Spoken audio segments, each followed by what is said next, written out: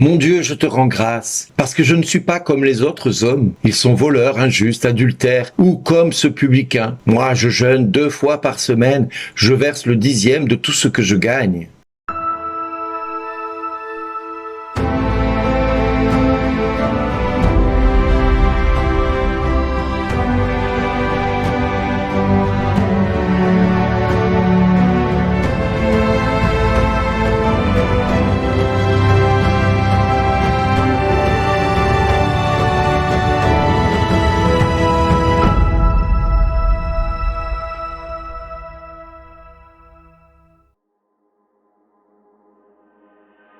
Bonjour les amis.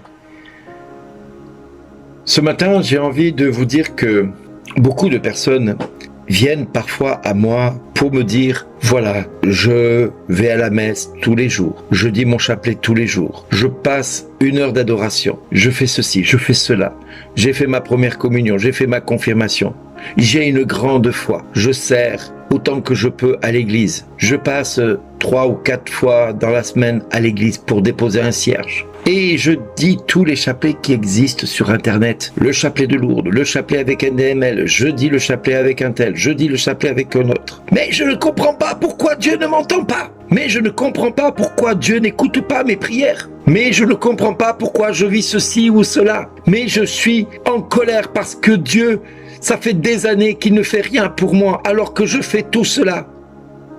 Certains me disent, depuis que je donne ma dîme à Dieu, Dieu n'a rien fait pour moi. Pourtant, je fais ceci, je fais cela, je fais ceci, je fais cela.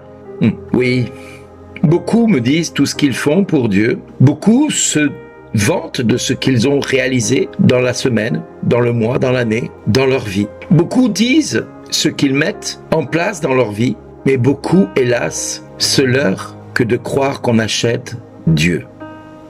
Nous n'achetons pas notre salut, nous n'achetons pas notre bonheur, nous n'achetons pas la sagesse de Dieu, nous n'achetons pas l'intelligence de Dieu, nous n'achetons pas non plus la paix, la joie, nous n'achetons pas la santé. Non, non, non, non et non, Dieu ne s'achète pas. Il se moque de tout ce que tu peux faire si dans ton cœur il y a un quelconque intérêt de le faire.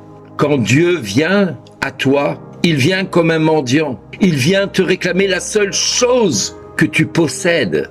Non pas tout ce que tu donnes, mais la seule chose que tu possèdes. Et alors là, tu as toutes les personnes qui sont là autour de toi et qui te disent, mais enfin, qu'est-ce que c'est qu'il me demande que je possède? Pourtant, je lui donne tant de choses. Que n'es-tu donné que tu n'aies déjà reçu de Dieu?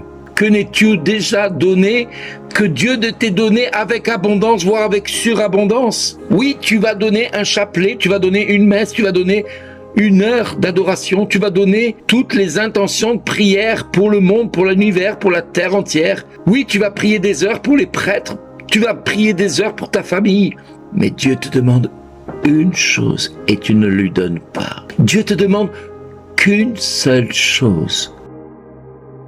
Et tu freines des 4 fers pour ne pas donner cette chose. Tu refuses de donner ce que Dieu te demande. Oui, mais je donne tout ce que je peux. Chaque fois que je reçois quelque chose, je le donne à Dieu. C'est bien ce que je te dis. Tu donnes que ce que Dieu te donne. Mais enfin, qu'est-ce que j'ai et qu'il n'a pas? Qu'est-ce que j'ai que je peux lui donner et qu'il ne possède pas? Puisque tu dis que tout vient de lui. Mais oui, tout vient de lui, tout est par lui, tout est pour lui, nous dit la parole. Alors, qu'attends-tu pour lui donner la seule chose qu'il te demande depuis des lustres? Mais enfin, j'aimerais bien savoir, qu'est-ce que je peux lui donner? Ah, enfin tu te poses la bonne question. Ah, enfin tu te poses la seule question qu'il te faille avoir la réponse. Alors, qu'est-ce que Dieu n'a pas et que toi tu possèdes avec abondance dans ta vie? Quelle est la seule chose que Dieu puisse te demander en ce jour, que tu puisses lui donner et qu'il va se réjouir qu'enfin tu le lui donnes? Quelle est cette chose si mystérieuse à ta vie? Peut-être que ton cœur soupçonne déjà là où je te mène. Peut-être que ton cœur te dit « Ah, c'est peut-être ceci. Ah, c'est peut-être cela. »